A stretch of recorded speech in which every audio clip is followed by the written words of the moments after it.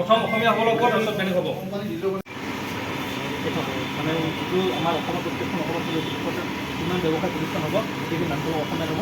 আৰু অসমীয়াত আপোনালোকে নকৰে এসপ্তাহ সময়সীমা দিম, নহ'লে আমি অলৰেডি আমি ডিষ্ট্ৰিক্ট বৰপেটা জিলা ডিষ্ট্ৰিক্ট দিছোঁ, বৰপেটা মিউনিচিপালিটি বৰ্ডত দিছোঁ।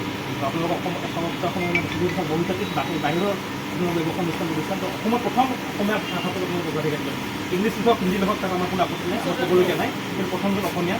মই অলৰেডি আপোনালোকৰ মেনেজাৰ যিখন তেখেতৰ লগত আমাৰ ৰিলেশ্যন এতিয়া প্ৰথম আপোনালোকে খবৰ হ'ব, প্ৰথম বিচাৰিব আমাৰ আপোনালোকে অসমীয়া আমি মিউনিচিপালিটি দিছোঁ, অফিচিয়েলি ডিষ্ট্ৰিক্ট দিছোঁ, আপোনালোক কান্দি দিছোঁ। কিন্তু দুৰ্গা পূজাৰ আগে দুৰ্গা পূজাৰ কোন তাৰিখ একমাহ আছে, তাৰ আগত যদি আপোনালোকক দেখা নহয় নেক্সট লেভেল নহয়, সেইটো কথা নহয়। আপুনি অসমীয়া নাই আপুনি অসমীয়া, আপোনালোকৰ দায়িত্ব হ'লে নাই। আমি আহিছোঁ আপোনালোকক এটা সক্ৰিয় দিব যে আপোনালোকৰ যিখন আপোনালোকৰ অসম ফলক আছে সেইখন প্ৰথম অসমীয়াত হ'ব লাগিব। বাকী আপোনালোকে ইংলিছত লিখক, অসমীয়া হিন্দীত লিখক, আমাৰ ক'বলগীয়া নাই। মেইন আপোনালোকে অসমীয়াত একদম ধুনীয়াকৈ লিখিব যে অসমীয়া প্ৰথম অসমীয়া হ'ব লাগিব, তাৰপিছত বেলেগ হ'ব।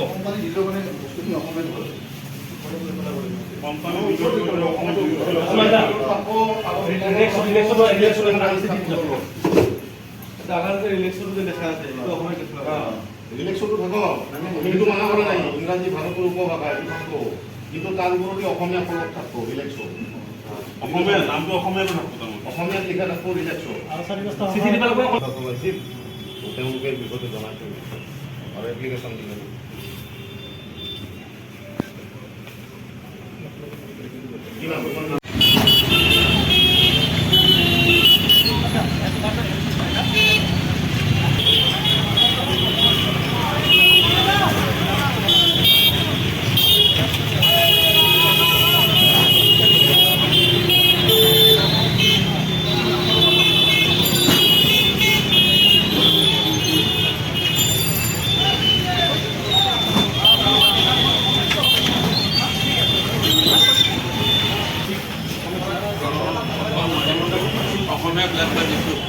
আমাৰ ছাত্ৰৰ দাবী আজি ইয়াতে নহয় অসমত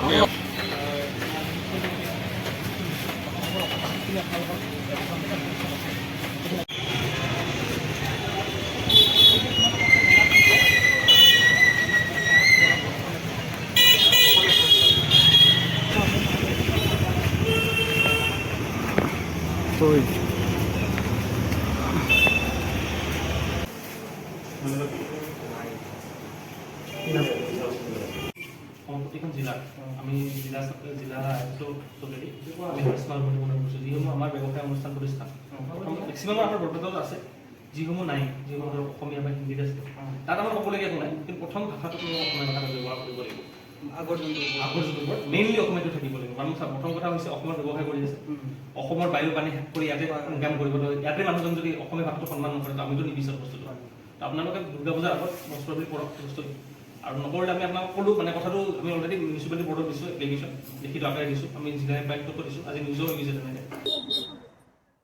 হয়, আজি আমি বৰপেটা আঞ্চলিক ছাত্ৰ সন্থাই বৰপেটা পৌৰসভাৰ কাৰ্যবাহী বিষয়ৰ জৰিয়তে আমি এখন স্মাৰক পত্ৰ প্ৰদান কৰিছোঁ। আৰু সেই স্মাৰক পত্ৰত অসমৰ যিসমূহ ব্যৱসায় প্ৰতিষ্ঠান আমাৰ বৰপেটা পৌৰসভাৰ অন্তৰ্গত যিসমূহ ব্যৱসায় প্ৰতিষ্ঠানৰ নামফলকসমূহ ইতিমধ্যে অসমীয়াত ব্যৱহাৰ কৰা নাই, সেই নামফলকসমূহ অতি সোনকালে অসমীয়াত ব্যৱহাৰ কৰিবলৈ আমি বৰপেটা পৌৰসভা কাৰ্যবাহী বিষয়ৰ জৰিয়তে আমি এখন স্মাৰক পত্ৰ প্ৰদান কৰিছোঁ। আৰু তেওঁলোকক বৰপেটা পৌৰসভাক অতি সোনকালে যাৱতীয় পদক্ষেপ গ্ৰহণ কৰিবলৈ আমি দাবী জনাইছোঁ। আৰু ইতিমধ্যে আমি সদৌ বৰপেটা জিলা ছাত্ৰ সন্থাৰ ফালৰ পৰা বৰপেটা জিলা আয়ুক্তৰ জৰিয়তে আমি এখন স্মাৰক পত্ৰ প্ৰদান কৰিছোঁ। আৰু লগতে আজি আমি বৰপেটাৰ আঞ্চলিক ছাত্ৰ সন্থা বৰপেটা পৌৰসভাৰ কাৰ্যবাহী বিষয়ৰ জৰিয়তে আমি এখন স্মাৰক পত্ৰ প্ৰদান কৰি যিসমূহ ব্যৱসায় প্ৰতিষ্ঠান বৰপেটা পৌৰসভা অন্তৰ্গত এলেকাসমূহ যিসমূহ ব্যৱসায় প্ৰতিষ্ঠানৰ নামফলকসমূহ এতিয়ালৈকে অসমীয়াত তেওঁলোকে লিখি ওলোৱা নাই, অতি শীঘ্ৰে সেই নামফলকসমূহ আমি অসমীয়াত ব্যৱহাৰ কৰিবলৈ অনুৰোধ জনাইছোঁ।